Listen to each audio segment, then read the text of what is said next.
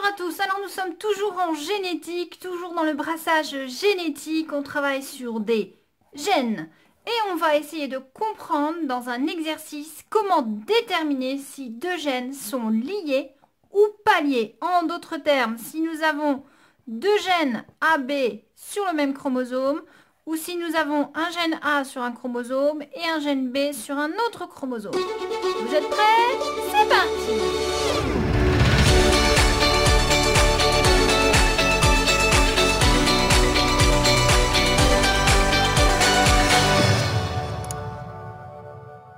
Alors bien souvent, les exercices où on vous demande de déterminer si des gènes sont liés ou pas, c'est-à-dire s'ils appartiennent au même chromosome ou pas, ces exercices portent sur les mouches et drosophiles. Alors, pourquoi on travaille sur les drosophiles? Parce qu'il y a chez les drosophiles une carte chromosomique très simple et surtout plusieurs gènes qui permettent de contrôler le même caractère. Je m'explique. Voici la carte chromosomique de la drosophile. Nous avons un karyotype assez particulier avec uniquement 8 chromosomes, donc 4 paires, et le chromosome numéro 4 est vraiment tout petit. Alors, quand on regarde les gènes et les différents allèles portés par ces chromosomes, on va trouver le gène responsable de la forme des ailes sur le chromosome numéro 2. Et concernant la couleur du corps, on va trouver un gène responsable d'une couleur soit claire, soit noire. C'est le gène black. Il se trouve sur le chromosome numéro 2. Mais pour la couleur du corps, nous avons également sur le chromosome numéro 3 un gène qui s'appelle Ebony et qui va être lui aussi responsable de la couleur noire. Vous allez me dire, deux couleurs noires, c'est pareil. Non, pas tout à fait. En fait, quand le gène black fonctionne, les drosophiles sont entièrement noirs. Tout leur corps est noir depuis la naissance. Alors que pour Ebony, en fait, nous avons une mouche qui est plutôt claire à sa naissance et qui va noircir avec l'âge.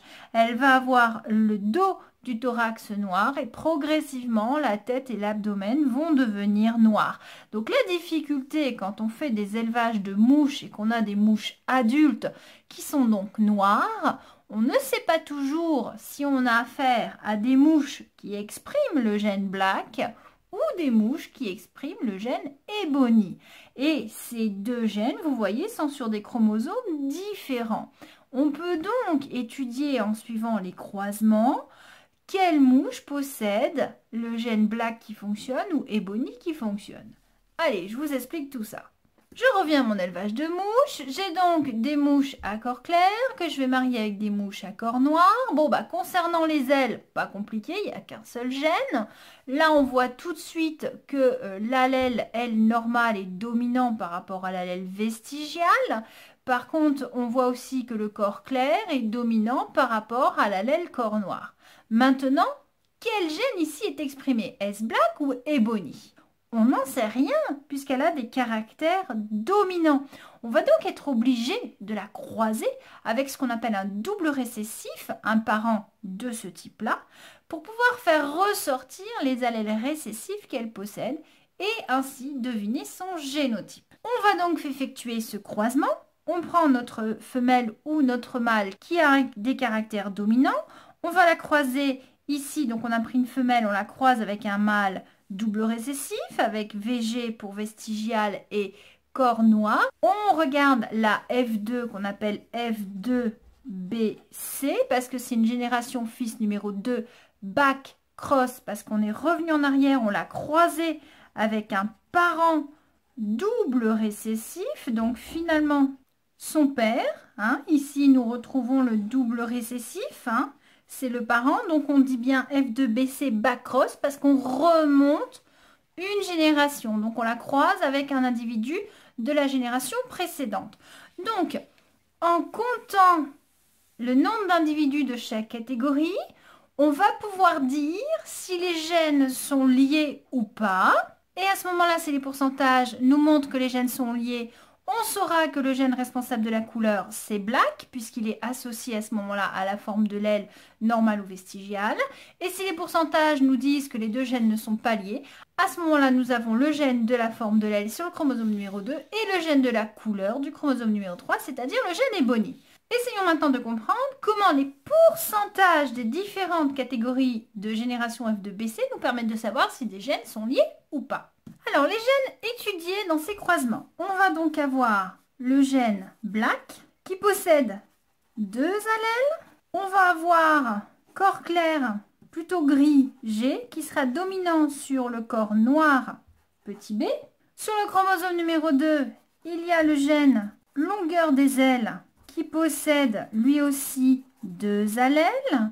Nous allons avoir grand L pour aile longue qui va être dominant sur VG pour les ailes vestigiales. Et sur le chromosome numéro 3, nous avons le gène Ebony qui a lui aussi 2 allèles. On va avoir EB+, qui donne un corps clair à l'âge adulte, qui domine EB-, qui donne un corps noir adulte. Prenons l'exemple de 2 gènes non liés, c'est-à-dire le gène de la longueur des ailes, qui se trouve sur le chromosome 2, et le gène Ebony sur le chromosome 3, qui serait responsable de la couleur noire du corps dans ce croisement. Donc on suppose ici qu'on travaille sur 2 gènes non liés. Nous avons notre parent 1 ici, notre parent 2 ici, on va les croiser pour obtenir notre génération F1. Alors notre parent 1 a des ailes normales et un corps clair. Donc ça veut dire qu'il est de caractère grand L et EB+. Je vous rappelle qu'on a dit que pour Ebony, il y a EB+, qui donne corps clair, EB- qui donne corps noir. Et pour la longueur des ailes, on a grand L qui donne des ailes longues et VG qui donne des ailes vestigiales. Notre parent P1 étant une souche pure, il va donc posséder 2 exemplaires de grand L. Là, j'ai donc représenté les 2 chromosomes numéro 2. Je mets une virgule parce que je vais changer de chromosome. Et sur le chromosome numéro 3, j'ai donc EB+, EB+. Si je prends mon parent double récessif, ici, il a les ailes vestigiales et il est EB-. Donc son génotype, ce sera VG sur VG et EB- sur EB-.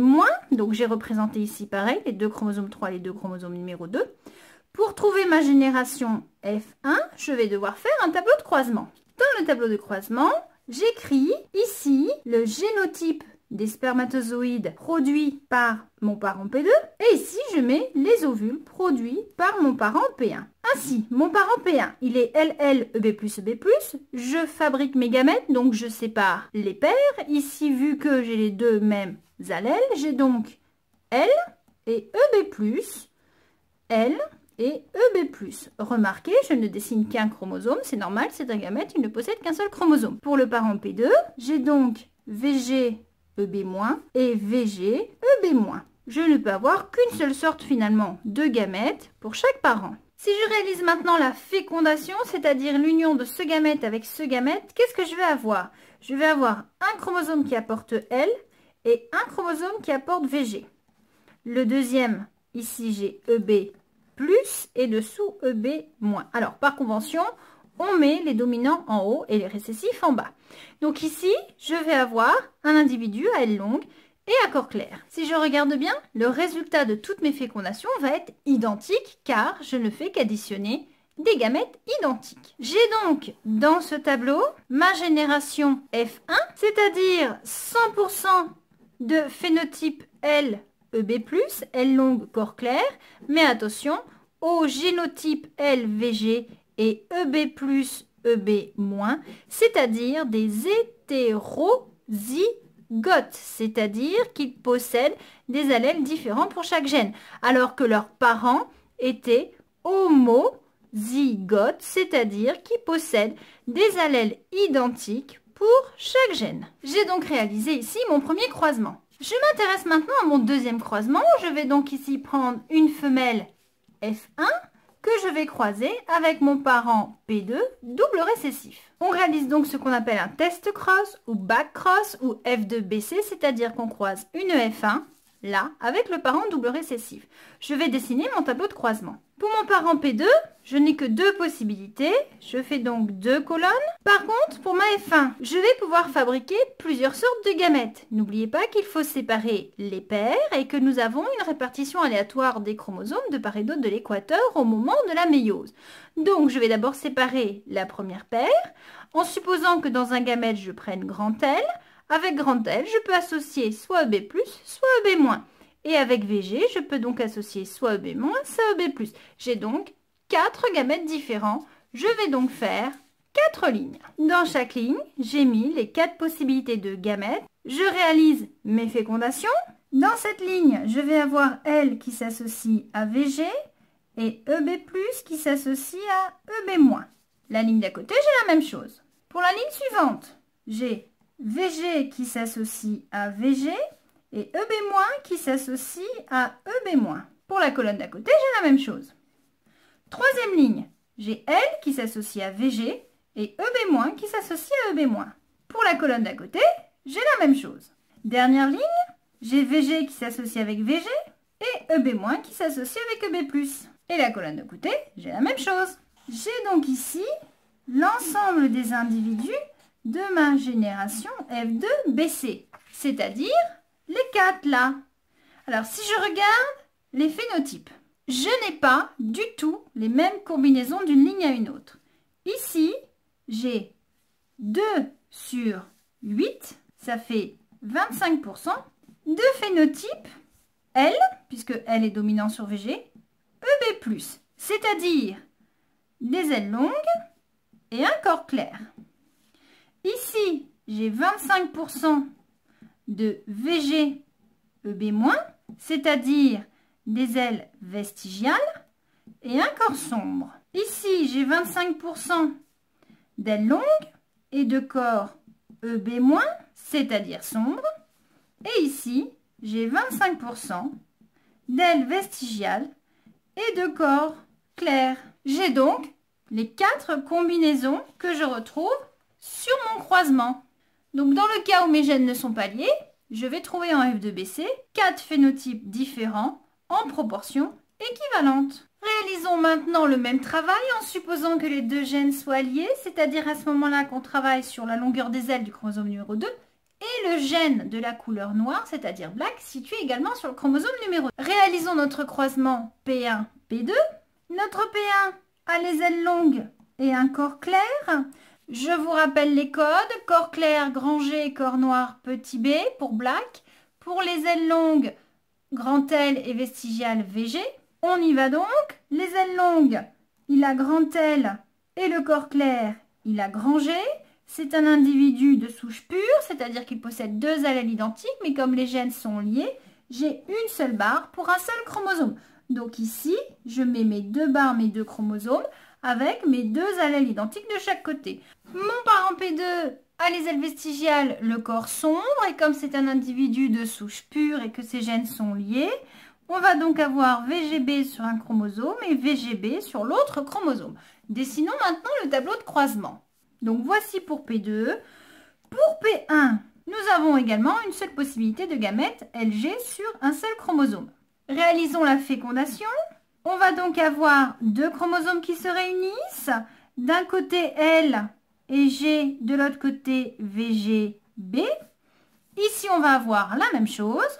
Également ici et également ici. J'ai donc ici ma génération F1 où j'ai 100% du phénotype LG, L longue, corps clair. Mais attention, ce sont des individus hétérozygotes car ils possèdent 2 versions différentes du même gène. Et les gènes sont liés.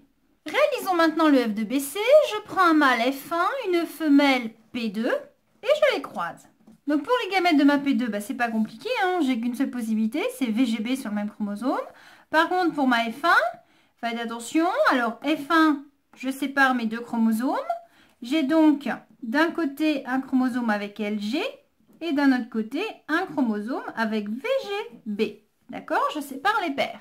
Je réunis ici mes gamètes, je fais la fécondation. Je vais donc avoir LG sur VGB. La même chose ici. Et ici, je vais avoir VGB sur VGB. La même chose ici. Donc au final, dans ma F2BC, j'ai 50% d'individus LG qui sont, attention, LG sur VGB.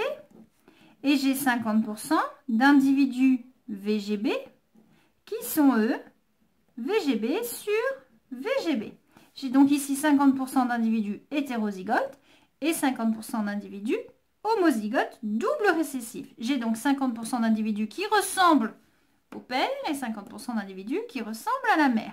Par contre, si j'inverse et que je fais un F2BC avec cette fois une femelle F1 que je croise avec un mâle P2. Dans ce cas-là, et uniquement dans ce cas-là, il va y avoir un crossing over. Les crossing over, on ne sait pas pourquoi, on ne les observe pas chez les mâles, on les observe uniquement chez les femelles. Dans le cadre donc d'un crossing over, en prenant mon individu F1 chez les femelles, je vais avoir un croisement et un échange de matériel.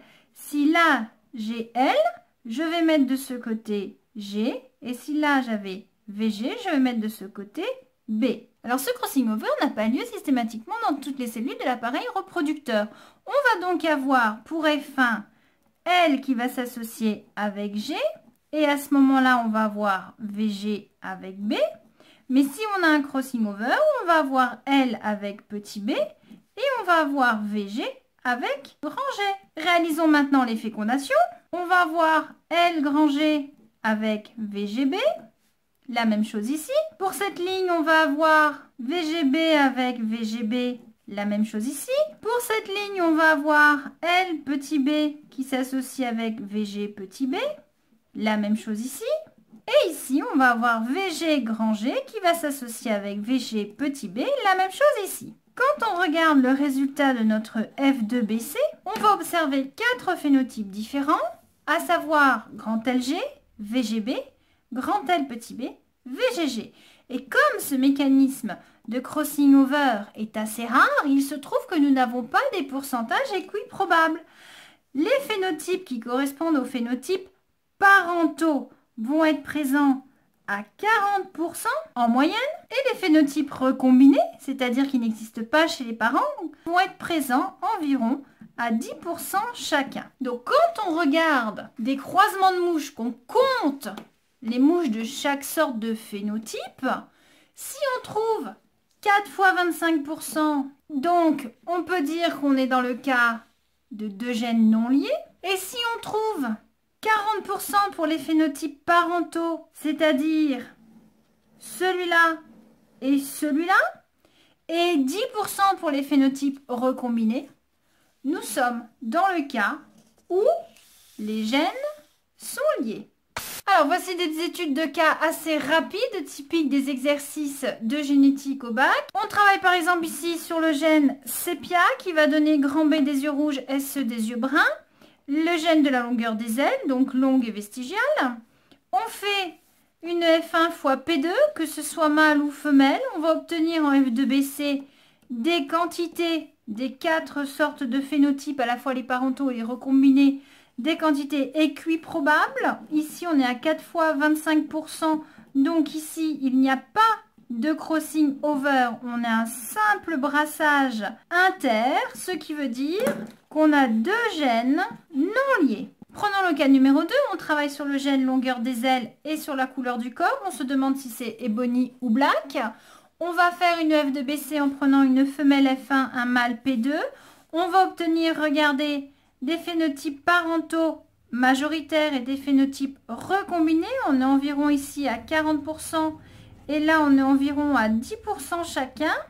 Donc là on est typiquement dans un crossing over qui a eu lieu. S'il y a un crossing over, ça veut dire qu'on a 2 gènes qui sont liés. Par contre, piège, si vous trouvez 50% et 50% de phénotypes parentaux, donc le 50-50, ce n'est pas 4 fois 25, ce n'est pas 40-40-10, c'est le 50-50 alors que vous avez pris une F1 avec un P2. Nous sommes ici typiquement donc dans l'absence de CO en F2BC. Nous avons donc eu un croisement avec une F1 mâle. On peut prendre un autre exemple ici, les tomates. On travaille sur 2 caractères, la taille du fruit et sa sensibilité à un champignon, le mildiou. Donc on a un parent qui a un gros fruit et par contre un fruit sensible. On a un parent qui fait des petits fruits, un fruit résistant. On fait la F1, on s'aperçoit qu'on a un petit fruit qui est résistant. Donc là, on peut dire tout de suite que petit fruit domine gros fruit et que résistant domine sensible. Donc ici, on fait notre F2BC, on croise notre F1 avec P2. Donc le P2, c'est le double récessif. C'est donc celui-là, le P2. Celui-là, c'était le P1. Hein. On a déterminé qui était dominant, qui est récessif. Donc là, on a deux récessifs, c'est le P2. Et si on regarde les résultats de notre F2BC, 19, 18, 23, 19, on est globalement à 4 fois 25%. Ça veut dire qu'on a deux gènes non liés, donc sur deux chromosomes différents, à savoir le chromosome numéro 10 et le chromosome numéro 5 pour ces deux gènes.